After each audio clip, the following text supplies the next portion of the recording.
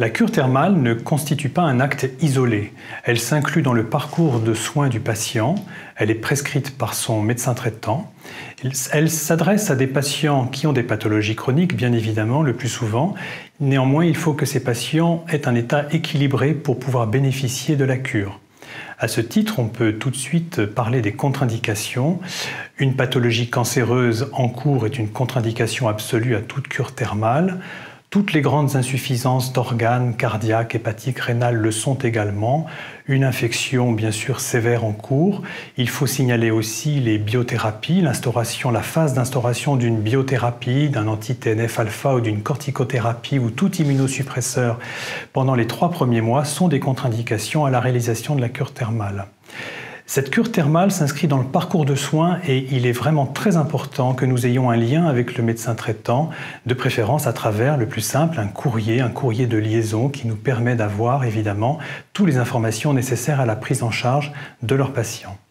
Le rôle du médecin thermal est d'accueillir le patient tout d'abord, de vérifier bien sûr l'absence de contre-indication, de poser les bonnes indications de soins thermaux qui correspondent à son état de santé dont il pourra bénéficier, d'assurer la surveillance et aussi un grand rôle de prévention. Le thermalisme se veut être un endroit dédié à la prévention sous toutes ses formes.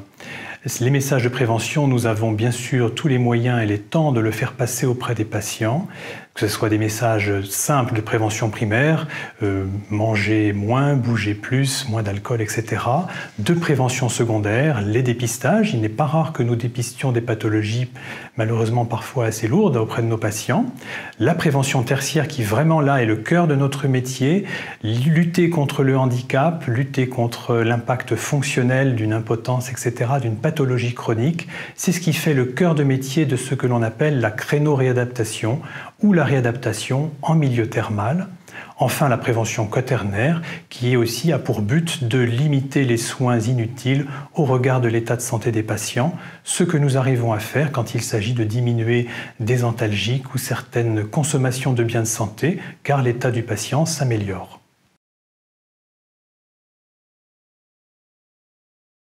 Alors la cure thermale conventionnée se déroule toujours selon un format de 18 jours, du lundi au samedi inclus, donc sur 3 semaines. Cela comporte des soins hydrothermaux bien évidemment, qui ont lieu tous les jours, selon les orientations, les soins et les pathologies concernées.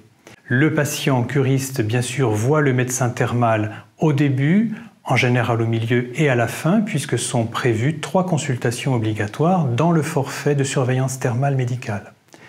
En dehors de ce forfait, le patient peut bénéficier, sur la base du volontariat bien sûr, de consultations auprès de l'ostéopathe, de la diététicienne, du professeur d'activité physique adaptée, du sophrologue, etc., ce qui constitue un temps dédié pour se prendre en charge au niveau de sa santé. Et on n'oublie pas, tous les acteurs de la cure thermale travaillent ensemble pour bien sûr accompagner le patient pendant ces 3 semaines et pratiquer principalement des messages de prévention également et d'éducation thérapeutique, puisque c'est le point important que nous essayons de développer avec succès dans les cures thermales. Comment aider le patient à mieux vivre sa pathologie chronique, à se l'approprier, à s'approprier des traitements. Cela s'appelle l'éducation thérapeutique.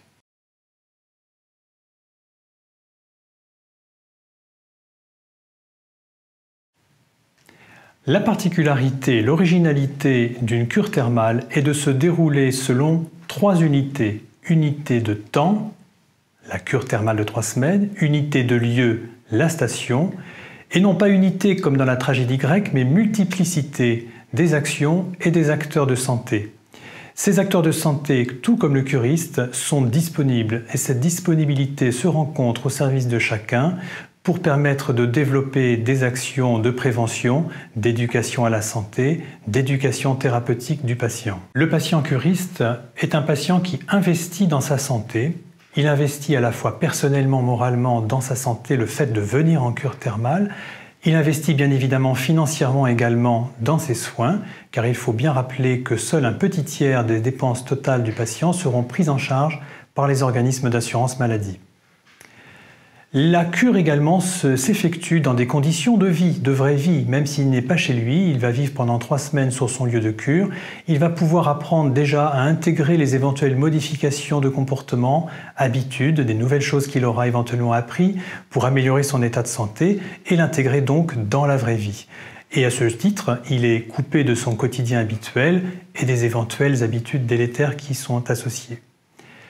Un autre effet qui est important à souligner, c'est l'effet groupe. Les patients se rencontrent à plusieurs, ils présentent souvent des pathologies très voisines et ils vont pouvoir échanger, se soutenir, se comprendre, se coacher entre guillemets un petit peu sur les choses à faire, les améliorations à apporter, se soutenir moralement sur les évolutions et les habitudes qui changent.